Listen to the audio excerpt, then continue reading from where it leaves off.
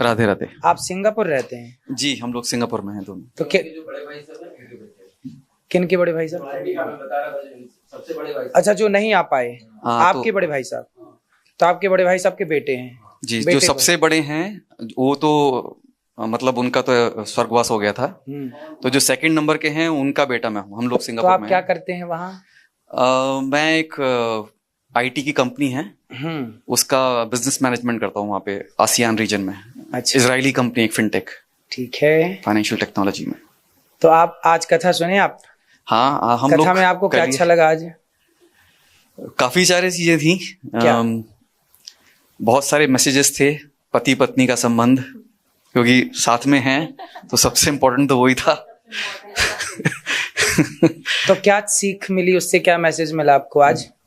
नहीं मतलब पहले तो ये बताएंगे। बताइए, चलिए आप बताइए, लेडी फर्स्ट। हाँ, लेडीज फर्स्ट। जय श्री कृष्णा पंडित जी। जय श्री कृष्णा। हाँ, नहीं मैं तो आपका सुनती रहती हूँ क्योंकि मेरी मम्मी भी आपको बहुत मानती है और मैं हरिद्वार से हूँ। हाँ, वहीं का जन्म है मेरा और शादी हुई थी मुरादाबाद, लेकिन अब हम लोग इनके साथ सिंगापुर में रहती हूँ। बेटी बाहर पढ़ती है और बेटा सिंगापुर में कॉलेज में पढ़ रहा है। तो सिंगापुर कैसा है? सिंगापुर अच्छा है। भारत से भी अच्छा है? नहीं नहीं, मतलब अच्छा बहुत है क्योंकि वहाँ बहुत शांति है। इसलिए बड़ा देश है, भारत से छोटा है? बहुत छोटा है। छोटा है बहुत, मतलब कितनी पॉपुलेशन है वहाँ की? कितनी है? 55 लाख है टोटल। तो उसमें भारतीय कितने हैं? 10 लाख। 10% है तो करीब 5-5.5 लाख। अच्छा, बाकी वो किन का चाइनीज देश ज्यादा है? है। किन का देश है वो, मतलब कौन है वहाँ के? नहीं, वहां पे एक चीज बहुत अच्छी है। वहां पे मतलब जो चीज हम एक्सपेक्ट करते हैं इंडिया में, मतलब भारत में ऐसा हो जाए, एक आदर्श भारत बनाने की हम लोग एक सोचते हैं जिसके बारे में। क्या है वहां पे ऐसा जो आदर्श है? एक तो हर कोई बराबर है, धर्म के उस पर कोई भेदभाव नहीं है। दूसरा ये भी नहीं है कि जैसे चाइनीज ज्यादा हैं तो उनको स्पेशल प्रिविलेजेस मिल रही हों, ऐसा कुछ। सब लोग बराबरी पे हैं। करप्शन लोग जो है लोकल, वो कौन? वो मुसलमान, वो सब बराबर हैं। मतलब नहीं, वो क्या था, सिंगापुर का देश है वो सिंगापुरियंस का देश है। अच्छा, वहाँ तो हिंदू है, मुसलमान है, हाँ, सिख है, ईसाई, क्या है वो? बुद्धिस्ट हैं। जो चाइनीज हैं वो जनरली मोस्टली बुद्धिस्ट हैं। मतलब वो एक, अच्छा, ज्यादातर बुद्ध धर्म को मानते हैं। अच्छा, इंडियंस में भी तमिलियंस बहुत ज्यादा हैं साउथ इंडिया के। वहां पे कोई भेद नहीं करता? नहीं, वहां पे मतलब सरकार का सिस्टम ऐसा है कि जो सरकारी कॉलेजेस हैं या सरकारी अस्पताल हैं उसमें लोग ज्यादा प्रेफर करते हैं, क्योंकि वहां इक्वलिटी बहुत ज्यादा है। चाहे कोई सीईओ का बेटा हो या किसी सड़क साफ करने वाले का बेटा हो, सब एक समान शिक्षा प्राप्त करते हैं। तो शिक्षा में इक्वलिटी है। यही हम चाहते हैं कि भारत में भी ऐसी शिक्षा हो। तो वो बेसिक चीज इतनी इंपॉर्टेंट है कि जिसके बाद फिर कोई भेदभाव रह नहीं जाता। अगर सबको समान शिक्षा मिल जाए तो वो, प्लस जो वेलफेयर स्कीम्स हैं वो किसी रिलीजन के बेस पे नहीं है। सही है। वो इकोनॉमिक बेसिस पर है। कोई कमजोर है, इकोनॉमिकली बैकवर्ड है, वृद्ध है, तो उनको ज्यादा प्रिविलेजेस हैं। मतलब जो प्रिविलेजेस हैं वो जाति या धर्म के भेद तो पे वहां नहीं। का बेटा अपने माँ बाप की सेवा करते हैं? हाँ, बहुत ज्यादा, क्योंकि चाइनीज कल्चर और इंडियन कल्चर बहुत सेम है। जो हमारे यहाँ श्राद्ध चलता है वहां पे घोस्ट फेस्टिवल होता है, हमारे यहाँ दिवाली होती है वहां पे लाइट फेस्टिवल होता है, लेंटन फेस्टिवल। सो काफी सारी सिमिलैरिटीज हैं चाइनीज और इंडियंस में।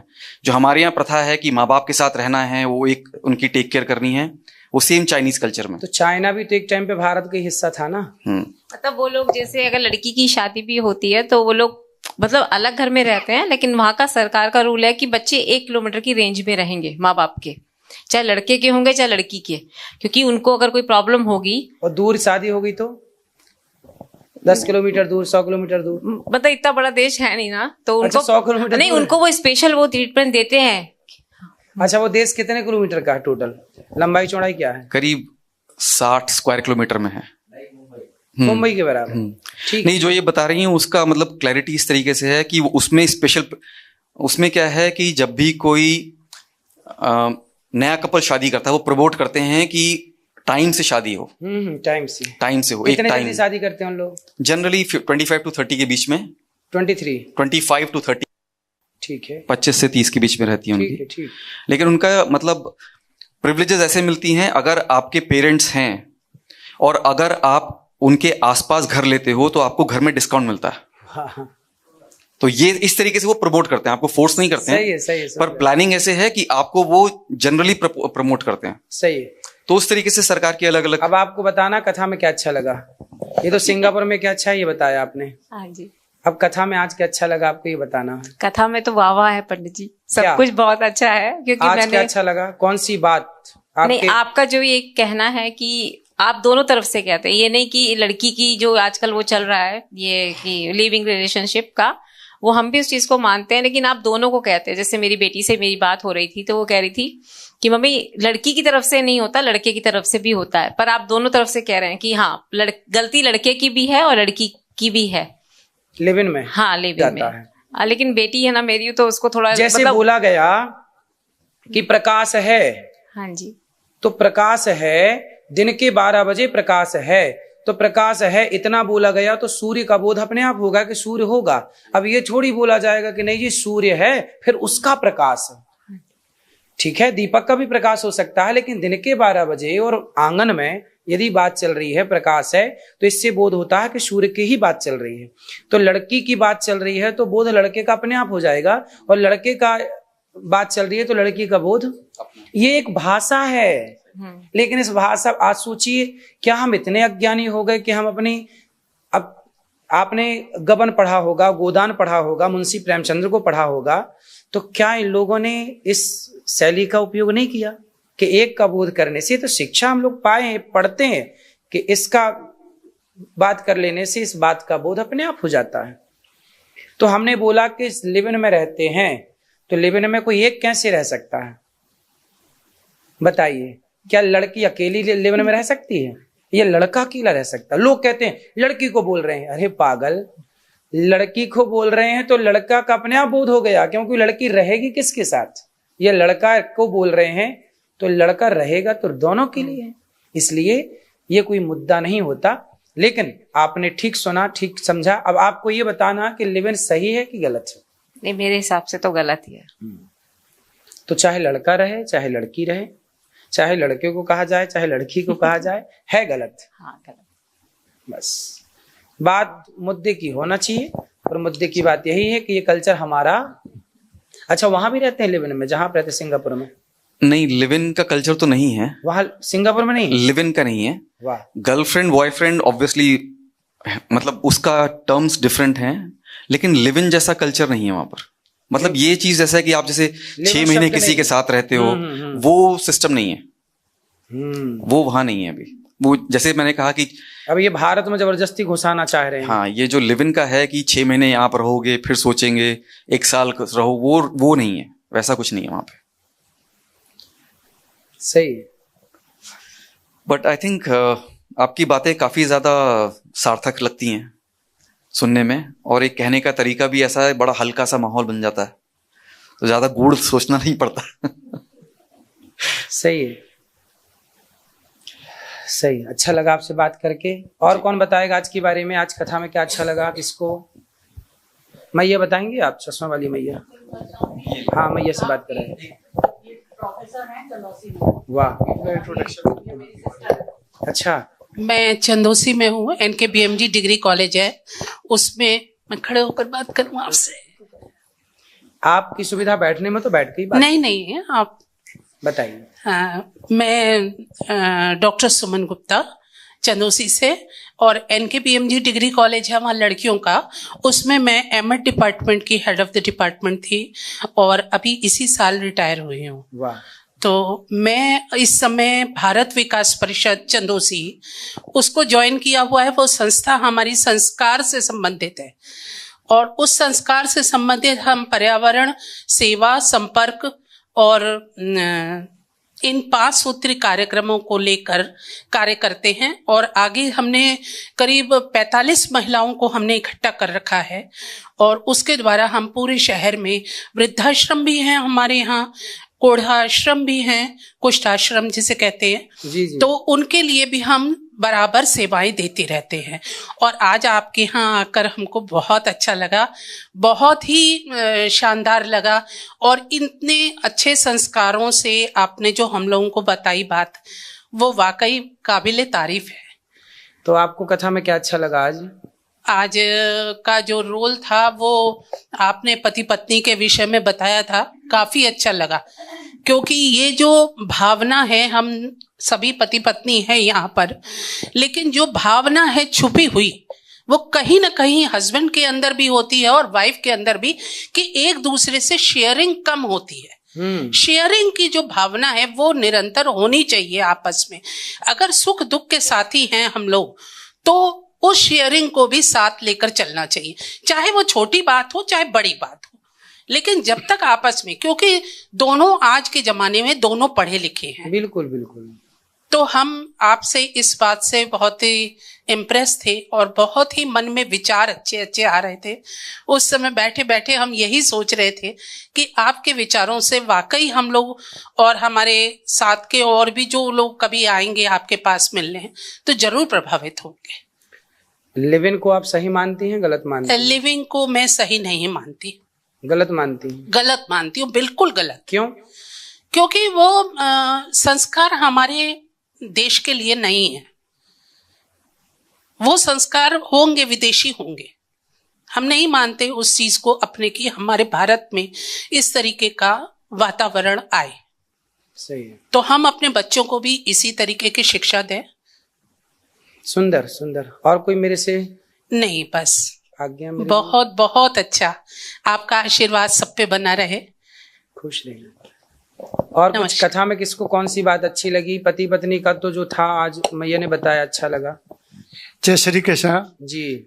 एक तो हमें कथा में ये अच्छा लगा कि आपने कहा कि पाप और पुण्य दोनों एक जो है गोल्डन चेन है, सोने की जंजीर है, एक लोहे की जंजीर है। तो इसको मुक्ति पाने के लिए भगवान का समर्पण कर पहले गवर्नर थे। नहीं तो भाई बात कांग्रेसियों की नहीं, भाई कांग्रेस में थे तो मतलब भगवान का अपमान करोगे? ये उनकी मतलब कल्चर कांग्रेस में हो तो भगवान को अपमान करने का सर्टिफिकेट मिल गया? वाह। तो ये उनको सोचना चाहिए कि इससे उनका नुकसान ही होना है, फायदा कुछ नहीं होना। तो काफी अच्छा लगा। एक मिनट। चुप रहना भी पाप है, लेकिन आजकल मैं देख रहा हूँ कि सबके सभी चुप हैं। चुप हैं और बोलने में बहुत डरते हैं, फेसबुक में कमेंट लिखने में भी बहुत डरते हैं। अगर कोई लिखे तो उसके घर वाले कहते हैं कि आपने लिखी। अवेयरनेस बिल्कुल नहीं है। ऐसा है कि आजकल स्थिति ये है कि सनातन के लिए यदि आपको बोलना है तो सिर पे कफन बांध के बोलना पड़ता है। यदि आप सिर पे कफन नहीं बांध पाते तो सनातन के लिए बात नहीं कर सकते। क्योंकि परिवार यदि प्यारा है तो परिवार सुरक्षित रहेगा, पर राष्ट्र सुरक्षित नहीं रहेगा। राष्ट्र को सुरक्षित करना है तो उसके लिए बोलना पड़ेगा। ऐसे जो जज बन करके जो भगवान विष्णु पर कटाक्ष कर रहे हैं और गलत बोल रहे हैं, इन पर खुल के बोलना पड़ेगा। और अब वो भारत, लेकिन हम लोग किस फोरम में बोले? आपके पास तो चलिए, आपको तो पूरी दुनिया सुन रही है, आपने अपने से बोल दिया। हम किस फोरम में बोले हैं? हम लोग जो वीडियो बना के आप भी तो डाल सकते हैं अपने फेसबुक पेज पे। ये भी है क्या? वीडियो बना के भी डाल सकते हैं। बिल्कुल, वीडियो बना के डालिए कि भाई हम इस चीज का विरोध कर रहे हैं। आप देखिए सर, ये बंगाल फाइल आई, उदयपुर फाइल आई। उदयपुर फाइल वाला तो रो ही रहा है, बंगाल फाइल वाले की भी स्थिति कोई अच्छी नहीं है। उसका प्रोडक्शन मैनेजर बता रहा था अभी मार्केट की कम से कम 50 लाख की उधारी चल रही। लोग अगर देखें, जो भी देखें, तो उसको बहुत अवेयरनेस मिलेगी। तो मेरा आपसे अनुरोध है कि जैसे आप इन बातों को उठाते रहें, हम आपके बहुत आभारी रहेंगे। आप उठाते रहिए। हम लोग तो उठाते ही हैं, न्यूज चैनल वाले ही इसका विरोध करते हैं। जी सर। और वो भले विरोध करते हैं पर हम लोग बोलते हैं। हाँ, सब बोलते रहिए।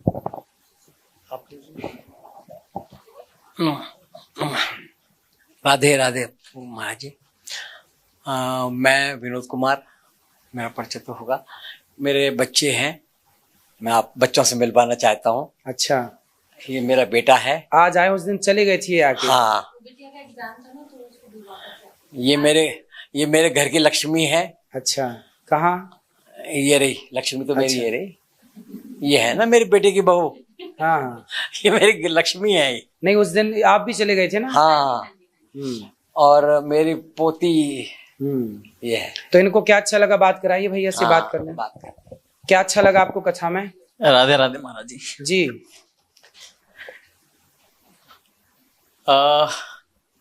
कथा तो हमने बचपन से बहुत सुनी है, दादाजी और दादी जी के सानिध्य में, और बहुत जगह जुड़े रहे। दादाजी की वजह से हमें संस्कार ऐसे मिले कि हम लोग हमेशा कहीं ना कहीं अपनी सनातन संस्कृति से और गुरुओं से जुड़े रहे हैं जी। और कथाएं, भागवत कथाएं बचपन में बहुत पढ़ी, बहुत सुनी। लेकिन आपकी कथा में जो पॉइंट हैं वो राष्ट्रहित में और एक सामाजिक उसमें जो हमारी संस्कृति है उसको बचाने का प्रयास है, तो वो एक चीज मुझे नई और बहुत अच्छी लगी। अदरवाइज जो कथा करते हैं वो सिर्फ भागवत की कथा करते हैं, उसको हमारे राष्ट्र की समस्याओं से या सामाजिक समस्याओं से जोड़ते नहीं हैं, तो वो मुझे बहुत अच्छा लगा। सही, सारे मुद्दों पे बात हो जाती है। राधे राधे। आपको क्या अच्छा लगा?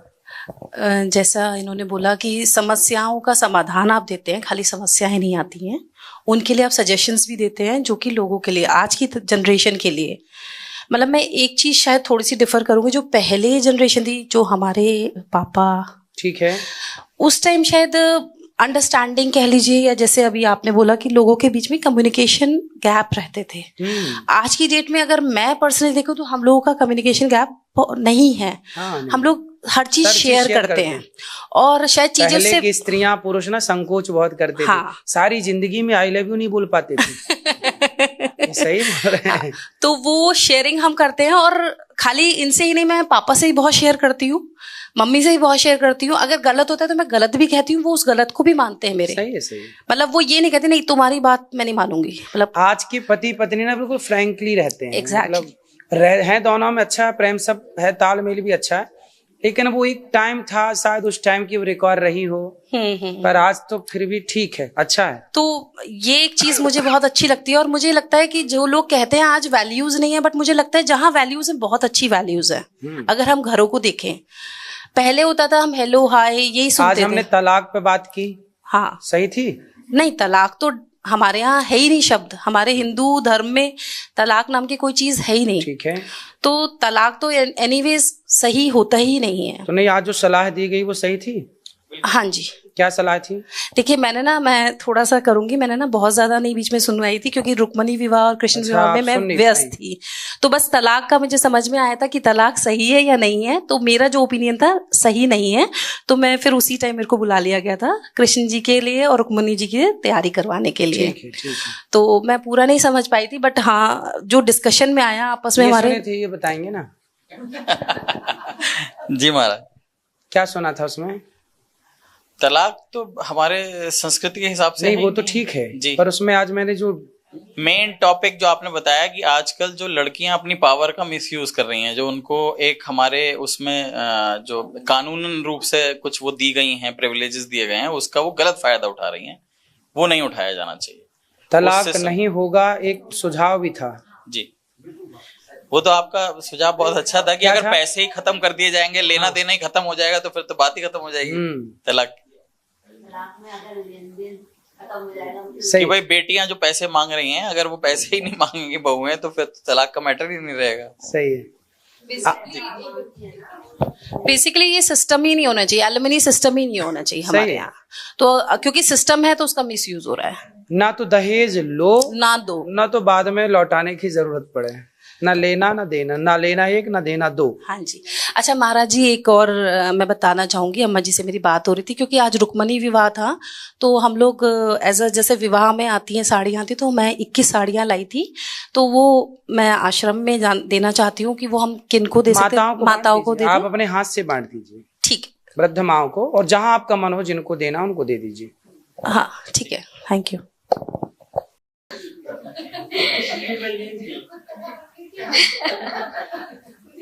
आज खुद कथा का हिस्सा हो गई। कथा मैंने बहुत सुनते रहते हैं महाराज जी, घर पे भी सुनते हैं हम लोग, टीवी पे आता है।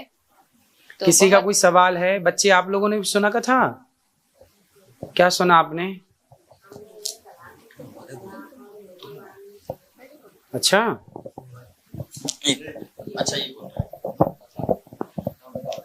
हमने तलाक और लिव इन के बारे में भी सुना था। अच्छा लगा आपको? आपकी कथा अच्छी लगती है, हम रोज सुनते हैं। वाह, सुंदर। आपको बेटा? आपकी कथा बहुत अच्छी लगती है। क्या सुना आपने? यस, आपने इसके बारे में ही बताया था। वैसे तो मैंने वीडियो पे लाइव जो आई थी उस पे माँ का जब आपने बताया था वो ज्यादा सुना। माँ, हाँ सही है, बता रहे थे ना आप। सही। आपने क्या सुना भैया? राधे राधे गुरु जी। मेरे को आज मैंने आपकी कथा सुनी। वैसे भी मैं आपको रील्स पे देखता रहता हूँ अक्सर, आप बहुत अच्छे लगते हैं और आपकी कथा बहुत अच्छी लगती है। और मतलब आज जो आपने बताया, जैसे आप हमारे कल्चर और जो हमारा धर्म है उसको प्रमोट करते हैं, वो सब मेरे को बहुत अच्छा लगता है। मैं पहले पूजा पाठ में नहीं था, जब से आपको और एक आध बाबा और हैं उनको मैं सुनता हूँ, तो तब से मैं हर मंगल को पूजा करता हूँ, हनुमान जी की मंदिर भी जाता हूँ। बस यही है। सही है।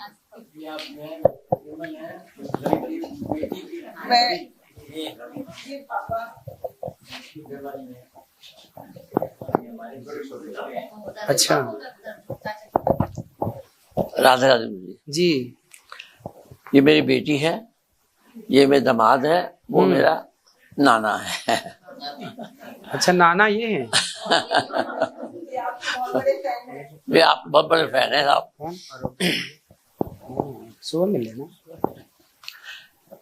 आज कथा में माइक पास में लेके जो तलाक के बारे में चर्चा थी, तो गुरुजी मैं सबसे ज्यादा इस मोबाइल को मानता हूँ तलाक का कारण। मोबाइल? जी हाँ, ये भी एक कारण। जब से हमारे समाज, जब से ये मोबाइल हमारे संपर्क में आए हैं, हर चीज के परिणाम और दुष्परिणाम दोनों होते हैं। अच्छाई प्लस बुराई। जब से तलाक बहुत बढ़ गए हैं। सही है। पहले तलाक नहीं होते थे, अब मोबाइल पे ऐसा है, अब माँ से बात करती हैं, सारा सुख दुख 2 मिनट सब आधा घंटा बताती हैं। माँ कहती है तो दुख पर रहा तो आजा मेरे पास। ये है सबसे बड़ा। वो ये नहीं बताती कि दुख आया थोड़ा सहो। वो सहनशीलता की ओर नहीं ले जाती है, बोलती हैं आजा, तुझे कोई कष्ट ना हो बस। हाँ, तो फिर यही होता है, वो तलाक हो जाते हैं बाद में। जिससे कोई कष्ट नहीं होता, जिससे कोई तकलीफ नहीं होती, वो व्यक्ति कभी आगे नहीं बढ़ सकता। हाँ। वो व्यक्ति अपाहिज हो जाता है। इसलिए जो व्यक्ति जितना कष्ट सहता है वो उतनी मजबूती से इस राष्ट्र में, सनातन में, अपने कार्य में रहता है। इसलिए सोचिए कि जब स्त्री को बच्चा पैदा होता है ना, कितना दर्द होता है। यदि वो दर्द ना सहे तो क्या संतान का सुख मिलेगा? बिना दर्द के कोई सुख नहीं है, बिना कष्ट के कोई। पहले कहते हैं ना कि पत्थर छेनी और हथौड़ों की चोट ना खाए तो कोई पत्थर मंदिर में पूजता थोड़ी है, फिर तो वो नारियल तोड़ने के काम आता है। लेकिन जब पत्थर छेनी और हथौड़े की चोट, हर चोट सहता है, तब ना जाके मूर्ति बनता है और वो मंदिर में पूजता है। जो पत्थर चोट खा के टूट गया वो कंकड़ हो गया, जो पत्थर चोट सह गया वो शंकर हो गया। शंकर सही है।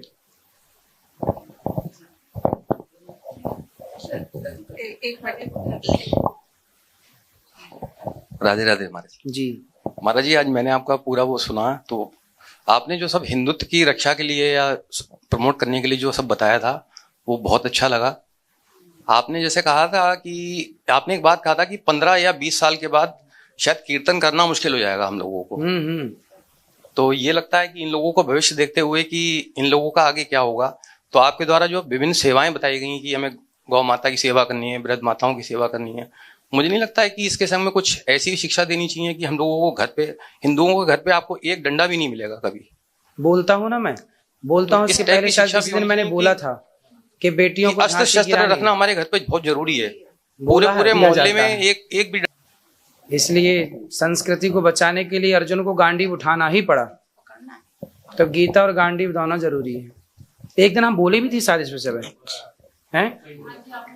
इसमें बोला है हमने कि गीता भी, और बोला है मैंने, कोई मुद्दा ऐसा नहीं है जिसपे बात कथा पे ना होती हो। 7 दिन में हर मुद्दे को छूते हैं। आप यही सब मुद्दे लेते हैं। आपने बोला लेकिन और लोग नहीं बोलते। देखो, इन सब बातों को खुले मन से बोलने में लोग डरते हैं ना। बात वही ना, डर नहीं जा रहा है लोगों के अंदर के हो ना जाए। हम लोग ऐसे हैं, कफन बांध के चल रहे हैं, राष्ट्र के लिए जी रहे हैं, मरेंगे तो मर जाएंगे। महाराज जी, अंकल जी ने भी बात सही कहा कि जो बंगाल फाइल्स है, ये जो जरूरी है, मतलब वास्तव में जो प्रमोट नहीं हो रहा है, ये अभी भी सोचिए हिंदू हमारी ज्यादा है हम लोग, इसके बाद अभी भी ऐसा जैसे माइनॉरिटी है हम लोग। पापा जी से बात जी जी नहीं, हम तो बोलते हैं सारे बोलते, तभी तो 2-2 महीने टीवी में विरोध होता है। हाँ बोलो मैया को। अच्छा 1 मिनट, वो मेरे जो फादर हैं चंडीगढ़ में, वो एक्चुअली उनको दिखाई नहीं देता आंखों से, 5 साल से ग्लूकोमा से उनकी आंखें चली गई हैं। तो मेरी मदर और फादर दोनों चंडीगढ़ में जो हैं, वो आपसे बात करना चाह रहे हैं। कराइए, ऐसे कर दीजिए, इस तरह मोबाइल और माइक लगा दीजिए। आपके पास ले आऊं मैं फोन? हाँ ले आओ। 1 मिनट। मैया राधे राधे। राधे महाराज जी। मैं बढ़ा देता हूँ, मैं इनका हाँ कैसे हैं आप? महाराज जी प्रणाम। खुश रहिए। राधे राधे महाराज जी। आप बस हम तो रह गए, हमारे मिसेस को जो है वो टाइफाइड हो गया, नहीं तो हम भी पहुंचते थे आप जरूर। चलिए कोई बात नहीं, फिर कभी आइए। मिसेस हैं कि पत्नी है? हमारी पत्नी है। धर्म पत्नी। आपको यहाँ से रोज सुनते हैं यूट्यूब पे आराम से, बस सबके साथ बैठ के। परिवार के सब लोग हैं, हम लोग नहीं है बस। कोई बात नहीं, आप आइएगा, आप नेक्स्ट जरूर आइएगा। हाँ बच्चे आ गए सिंगापुर से दोनों, बेटी भी नहीं आ पाई मेरे दामाद। तो आप अभी कहाँ हो? कहाँ हो आप? चंडीगढ़। चंडीगढ़ जी। बिल्कुल बिल्कुल, खुश रहिए। कथाएं टीवी पे सुनते रहिए, नहीं आ पाए तो क्या होगा, टीवी तो है। टीवी पे रोज सुन रहे हैं 3 से 5, 3 से 6। ठीक है ठीक है। तो ये मैया ये आपके कौन हैं? ये आपके कौन हैं? हस्बैंड? हस्बैंड नहीं होता, पति परमेश्वर हैं, पति परमेश्वर हैं, हस्बैंड नहीं है ये।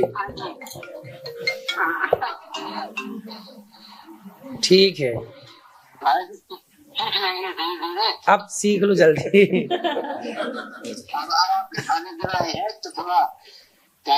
सही है सीखो।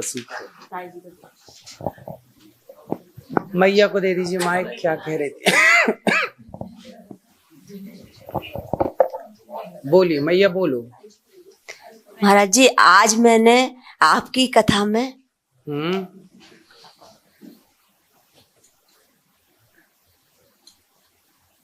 आज मैंने आपकी कथा में सुना कि भगवान को मतलब अगर पाना है तो अपने आप को उन्हें समर्पित कर दो पूरी तरीके से, और उनसे प्रेम करो और तो तुम्हें भगवान जरूर मिलेंगे। सही। मुझे ये बहुत अच्छा लगा। खुश रहिए। ये मैया को बात कराई, चश्मा वाली मैया को।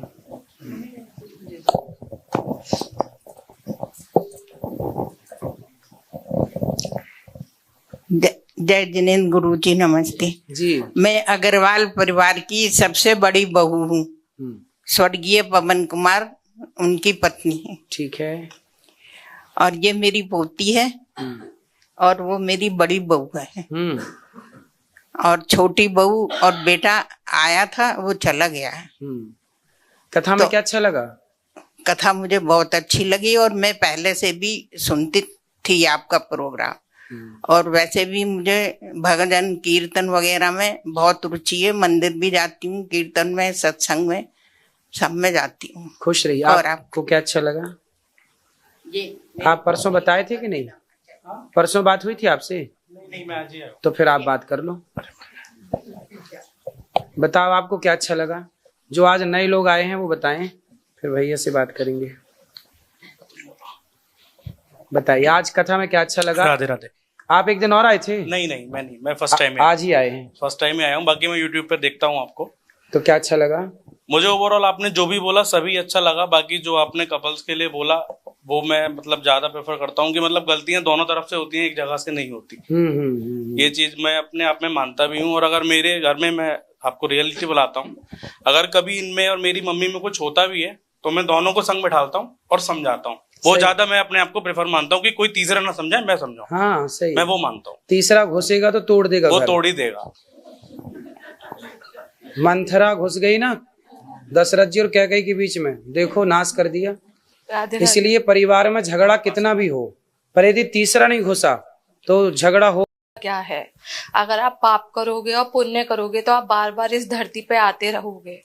तो आपने ये बताया कि मतलब पाप और पुण्य से हटके मोक्ष का जो आपने रास्ता बताया कि अपने आप को समर्पण कर देना, वो मुझे ज्यादा अच्छा लगा। सही है। और किसी को अच्छा क्या लगा ये तो बता, बुरा क्या लगा आप लोगों को?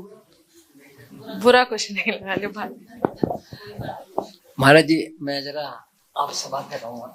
हाँ कराइए। मेरी मिसेस की जो है भाभी है, खटौली की रहने वाली है। अच्छा, ये भी आप आज ही आए हैं, तो आपको क्या अच्छा लगा? राधे राधे महाराज जी।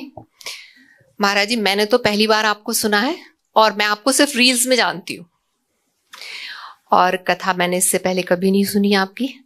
आपकी सिंप्लिसिटी, आपका सादापन और आपका जमीन से जुड़ा हुआ होना, इस चीज ने मुझे बहुत प्रभावित किया। साधारण भाषा में लोगों तक पहुंचना आपसे सीखा जाए, जो सबसे अच्छी बात लगी। और जो दो बातें जिन्होंने मुझे मनन करने पर मजबूर करा, पहली बात थी कि जीवन में आपने पूछा जीवन में सबसे अनमोल क्या है। मैं भी यही जवाब दे रही थी कि जीवन में सबसे अनमोल श्वासें हैं हमारी, और हम शायद श्वासों पर ध्यान ही नहीं देते। श्वासों पे हम वर्क ही नहीं करते हैं। श्वासों पे वर्क करें तो हमारा शरीर और मन, क्योंकि श्वासें हमारी ऊर्जा का स्रोत हैं, हमारा शरीर, हमारा मस्तिष्क शायद श्वासों के द्वारा ही मजबूत होगा, जो कि एक अच्छे भाव या अच्छे विचार या अच्छे कर्म करेगा। ये आपके बोलने के बाद मैं बैठे हुए उस चीज का मनन कर रही थी। और दूसरी चीज, आज ये बात बहुत अच्छी थी कि सोना खरीदा जा सकता है जी 1 किलो, लेकिन 1 किलो सोने से एक सांस नहीं खरीदी जा सकती। तो सांसों को गवाना नहीं चाहिए, हर सांस का उपयोग करना चाहिए, उसे सार्थक करना चाहिए। और शायद यही प्राणायाम है। नहीं, केवल बात प्राणायाम की नहीं, उस सांस को हम सेवा में खर्च करें, अच्छे कामों में लगाएं, अपना जीवन अच्छी जगह लगाएं। जी, दूसरी बात। और दूसरी बात मुझे जो अच्छी लगी, आपने धर्म की बात करी, सनातन धर्म की। तो शायद ये सब हम सभी जानते हैं कि भारतीय संस्कृति का संरक्षण और संवर्धन ही सनातन धर्म है। मैं भी यही सोचती हूँ। जैसे लिव इन रिलेशनशिप्स की बात हुई, जैसे कि जितना मुझे आइडिया है या पता है कि शायद सुप्रीम कोर्ट ने या जुडिशियरी ने भी इसको मान्यता दी है, बिल्कुल, लिव इन रिलेशनशिप की। शायद इससे बेकार, क्या कहूँ, इससे बुरी चीज या बुरा, हाँ, इससे बुरा हिंदुस्तान की संविधान में या हिंदुस्तान की जुडिशरी में इतना गलत निर्णय, इससे ज्यादा बुरा नहीं हो सकता। गलत चीज का कानून बना दिया। हाँ, गलत चीज का कानून बना दिया। और किस लिए बनाया गया ये हम सब शायद नहीं समझते हैं कि जो मिस्ट्रेसेस हैं या जो लिव इन रिलेशनशिप्स है, वो एक बड़े लेवल के लोगों को सिक्योरिटी या वो प्रदान करने के लिए इस नियम को लागू किया गया या संविधान में लाया गया। ये बहुत ही निंदनीय है। आपने इस चीज को यहाँ उठाया, इस प्लेटफॉर्म पे उठाया, हैट्स ऑफ टू यू। बहुत अच्छी बात है, मतलब इतना खुल के बोलना इस बारे में, क्योंकि ये एक डायरेक्ट चुनौती ही है एक हमारी जुडिशरी सिस्टम की। अरे इतना ही नहीं, लिव इन को सही कैसे ठहरा सकते, क्योंकि ये भारत की परंपरा तो है नहीं, संस्कृति है नहीं, पहला। दूसरा, इससे भी गलत एक और कानून है, समलैंगिकता, राइट। अब मैं इस पे भी बात कर चुका हूँ एक दिन कथा पे, शायद बोला हूँ कि नहीं, इस पे नहीं, इसके पहले वाली कथा में बोल चुका हूँ कि समलैंगिकता देखिए, हमारे यहाँ 84 लाख योनियां हैं, कुत्ता, बिल्ली, गधा इत्यादि। कोई भी कुत्ता कभी रिलेशन में नहीं रहता, लेकिन बताइए, मनुष्यों को जानवरों से भी नीचा गिराना चाहता है ये व्यक्ति, जो भी ये कानून बनाया है। हम मनुष्य से देवताओं की तरफ जाएं। अब बताइए, मेल विवाह करके, फीमेल विवाह करके क्या पाएंगे? लड़का विवाह करेंगे, लड़की विवाह करेंगे।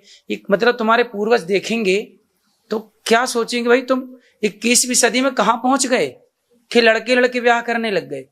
महाराज जी, ये बात आपने अच्छी कही, लेकिन इसके साथ जो मेरे मन में विचार आता है वो ये है कि ईश्वर ने जो शारीरिक संरचना दी है बिल्कुल एक नारी की और एक पुरुष की, वहां पे समलैंगिकता या होमोसेक्सुअलिटी फिट ही नहीं होती है। बिल्कुल बिल्कुल। तो आप तो सीधे सीधे उस ईश्वर की रचना को चैलेंज कर रहे हो अगर आप इसको वैलिडेट अब करते हो। सोचिए, ये कानून बनाने वाले लोग कह रहे हैं कि हम पढ़े लिखे, खाक पढ़े लिखे हो। ये कैसी पढ़ाई पढ़ के आ गए कि तुमने सिस्टम, प्रकृति की संरचना को बिगाड़ने चल पड़े। जी जी बिल्कुल बिल्कुल। देखिए, इन विषयों पे खुल के बात नहीं हुई ना तो ये लोग कुछ भी कानून बना के चले जा रहे हैं।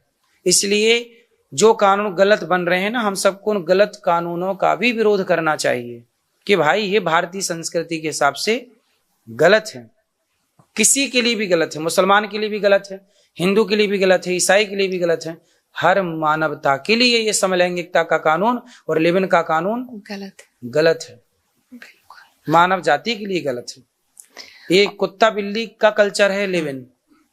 पहले के कुत्ते बिल्ली कहाँ रहते थे? लिव इन में। वही है ये। और महाराज जी, मैं मेरी नंद है, मेरे नंदो, इन दोनों को मैं बहुत बहुत धन्यवाद देना चाहती हूँ कि इन लोगों ने मुझे अवसर दिया कि मैं आपसे मिलूं, हम लोग मिले और यहाँ ये कथा सुनने का अवसर मिला। इसके लिए बहुत बहुत धन्यवाद है दोनों को। बिल्कुल, आप आइए। और आप अच्छा, यहाँ माताओं को दर्शन किया आपने? नहीं, आज आप सब माताओं को दर्शन नहीं किए ना, तो आप यहाँ माताओं का दर्शन करिए। जो अखंड रसोई चलती है उसको देखा कि नहीं आप लोगों ने? नहीं, अभी तो हम लोगों ने तो नहीं देखा। नीचे चल रही है रसोई, आपने देखा? 25 से 30 हजार लोग पर डे भोजन करते हैं। आप कल सुबह, यदि आप सुबह ना 9 बजे से, सुबह 8:30 बजे से सेवाएं स्टार्ट होती हैं। जी जी। यदि कल सुबह आप ना 8 बजे, 8 बजे आ जाएं तो यहाँ जो संत आते हैं, हजारों संतों का आप दर्शन भी कर लेंगे और यहाँ सेवा संतों की होती है, देख लेंगे रसोई की सेवा। फिर मैं आपको माताओं का दर्शन कराऊंगा। यदि आप सुबह 9 बजे भी आ जाएं कोई दिक्कत नहीं। जी महाराज जी, बिल्कुल सुबह पहुंचेंगे और दर्शन करेंगे। तो सब लोग आइएगा, सबका स्वागत है। अच्छा महाराज जी, मैं एक चीज कहना चाहता हूँ जी। जिस तरीके से कानून यानी परंपराएं, हिंदू परंपराएं तोड़ी जा रही हैं, इसी तरह एक परंपरा और खत्म करी जा रही है। क्या? सनातन परंपरा खत्म की जा रही है और वो है दाह संस्कार की। इसलिए आज हमने बोला कि भारत का एक धर्म होना चाहिए। इस राष्ट्र का धर्म क्या होना चाहिए? इस राष्ट्र का धर्म सनातन। आज ही मैंने इस विषय पे बात की। इस राष्ट्र में एक धर्म हो, एक राष्ट्र की पुस्तक हो भगवत गीता, राष्ट्र का धर्म हो सनातन, और राष्ट्र की माता हो गाय और राष्ट्र के पिता हो नारायण।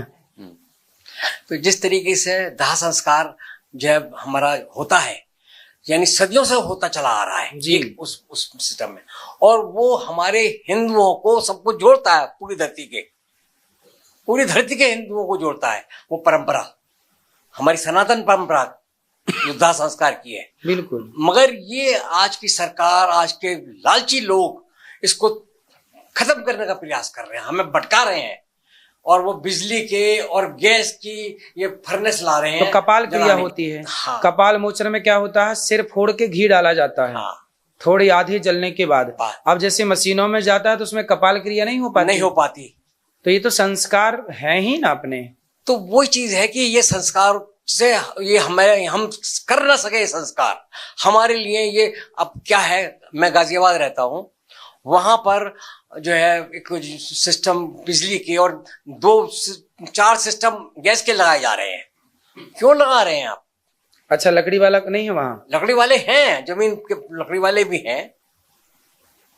गवर्नमेंट एक्चुअली उसको प्रमोट करा रही है, वो उसको प्रमोट करा रहे हैं, वो उसको प्रमोट कर रहे हैं कि जो हमारी धार्मिक मान्यताएं हैं, जो हमारी संस्कृति है, वो किसी ना किसी तरीके से छिन-भिन्न हो, वो लिव इन में हो, या जो भी इस तरह के कानून बन रहे हैं ना आपके, ये सारी चीजें एक्चुअली जो मुझे लगता है कि हमारी भारतीय संस्कृति को खत्म करने का प्रयास हो रहा है। और ये सब विदेशी ताकतें हैं, कुछ हमारे देश के लोग हैं जो लालची लोग हैं, वो अपने स्वार्थ के खातिर हमारी संस्कृति को बिल्कुल पूरी तरीके से छिन भिन करना चाहते हैं। उन्हें हमारी संस्कृति से बहुत बड़ा खतरा है, क्योंकि उन्हें लगता है कि हम अगर मजबूत हो जाएंगे तो उनका वजूद खत्म हो जाएगा। इसलिए अंतिम संस्कार प्रॉपर लकड़ी से हो, लकड़ी कम मात्रा में भले हो, गाय के गोबर, ओपले, कंडों का प्रयोग हो, लेकिन कपाल मोचन क्रिया हो। कपाल मोचन अंतिम संस्कार किसे कहते हैं? वो कपाल क्रिया सिर फोड़ने को, घी डालने को, वही अंतिम संस्कार है। केवल मुखाग्नि अंतिम संस्कार नहीं है। कि आग लगा दिए चिता पे। केवल ये नहीं, जो कपाल मोचन होता है, कपाल क्रिया होती है, वह अंतिम संस्कार के, ये सब संस्कार हैं और ये सब पूरी विधि होती है।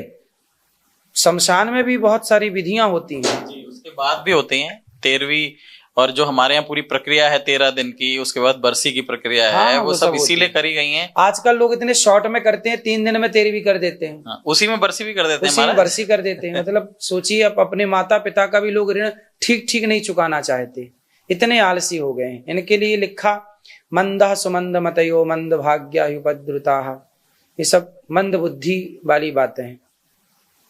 सही है। महाराज जी, आप पूछ रहे थे मेरे से, आप मेरे से पूछ रहे थे कि आप क्या कार्य करते हैं। मैं अब थोड़ा सा ये मौका आया है कि शायद मैं कुछ कह सकूं। मैं सन 70 का इंजीनियर हूँ।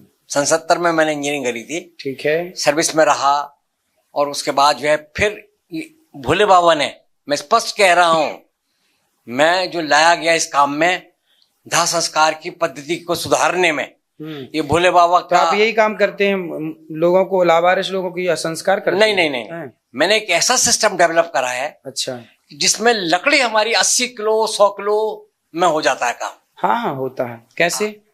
वो हमने सिस्टम ऐसा डेवलप किया है। आजकल ना एक मशीन आ गई है, हम लोग गौशाला में उसका प्रयोग करते हैं।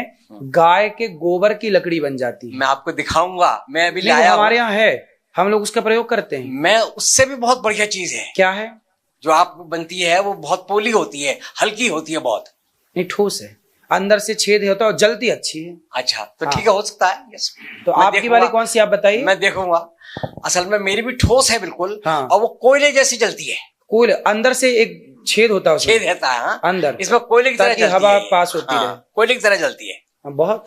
आजकल ना लकड़ी के भी विकल्प आ गए हैं। हाँ। गाय के गोबर का इतना बढ़िया यूज हो गया है और लकड़ी इतनी बढ़िया बनती है कि उसमें बीच में छेद कर देने से, गैस पास हो जाने से वो जलती बढ़िया। इसका प्रचार गुरुजी आपके हम करते हैं, आप लोगों के माध्यम से इसका प्रचार अगर होगा। हम लोग, अभी लोगों में हिचक है बहुत। हम लोग उस लकड़ी को हम लोग अपने यहाँ भी प्रयोग करते हैं, मतलब हवन हवन में वही लकड़ी हम लोग प्रयोग करते हैं। महाराज जी, मैं पिछले 34 साल से सिर्फ इसी काम में लगा हुआ और कोई काम मैंने नहीं देखा आज तक। 25-30 हजार की मशीन आती है जो गौशाला में रख जाए। एक तरफ से आप केवल गोबर डालिए, वो तुरंत लकड़ी बना के दे देगी। सुखा के बढ़िया यूज करिए। और उससे, उसको जलाने से कोई प्रदूषण नहीं है, क्योंकि गोबर जलाने से, उस धुएं से प्रदूषण नहीं होता, बल्कि वातावरण के बैक्टीरिया मरते हैं उससे, गाय के गोबर से। और महाराज जी, हमारी जो लकड़ी है वो सूखी भी निकलती है, उसे सुखाने की जरूरत नहीं है। अच्छा, फिर आपकी अपडेट मशीन है? यस। तो आप दीजिए हमें मशीन। बिल्कुल, मैं आपको दिखाऊंगा। मैं बिल्कुल नहीं, सूखी भी निकलेगी। अरे, उसका कोई जरूरत नहीं है सुखाने की, क्योंकि ये समस्या गोबर ताजा डालना है। ताजा गोबर डालेंगे, उसका पानी हम निचोड़ लेते हैं। पूरा एक सिस्टम है महाराज जी। पहले उसमें डिह्यूमिडिफायर है, उसका पानी सूखता है, उसी में वो गोबर आप टैंक में भर दीजिए, वो चलता रहेगा और सूखी भी लगेगी। तो ये मशीन कितने की आती है? ये पटियाला में बन रही है महाराज जी। 15 लाख रुपए का खर्चा है। सब कई मशीनें लगती हैं इसमें। अच्छा। हाँ, कई पूरा यानी प्लांट है। दिन भर में आप उसमें 10 टन गोबर डायरेक्ट सूखी हुई लकड़ी बना सकते हैं। आपकी 400 गाँव के लिए ये मेरी इच्छा थी कि मैं गुरुजी से इस बारे में बात करूंगा। नहीं, आप अच्छी बात कर रहे हैं। महंगी बस है, 14 लाख 15 नहीं, लाख। कोई ज्यादा महंगी नहीं है। मैंने सारा सर्वे किया हुआ है, ये महंगी नहीं है। नहीं, ठीक है। हाँ, नहीं, आप ठीक कह रहे हैं, वो है, लेकिन सामान्य व्यक्ति के लिए महंगी हो जाएगी। नहीं, देखिए, लेकिन है ठीक। पर्पस जो है ना, मुझे जो चीज लगी, क्योंकि हमें सुखाने के लिए जगह बहुत चाहिए। सही है, ये भी एक समस्या। वो एक समस्या है बहुत बड़ी। हमारे यहाँ तो सुखान रखो तो बंदर उसमें नाच जाते हैं, तो बंदर तोड़ के चले जाते हैं। तो आपके पास है वो मशीन? मशीन मेरे पास नहीं है, लकड़ी में लाया हूँ। अच्छा, लकड़ी दिखाइए मेरे को। लकड़ी दिखाऊंगा। दिखाइए। देखिए, बहुत अच्छी बात कही आपने, ये होना चाहिए। ये उस लकड़ी के बहुत प्रयोग हैं। फिर भट्टियों में काम है, भट्टों में काम, भट्टों पे चाय बनाने में, समोसे बनाने में, इसमें बहुत काम आ सकती है। उसका जो है वो गौशालाओं के लिए, इन सब चीजों के लिए, सब चीजें वरदान है गायों के लिए।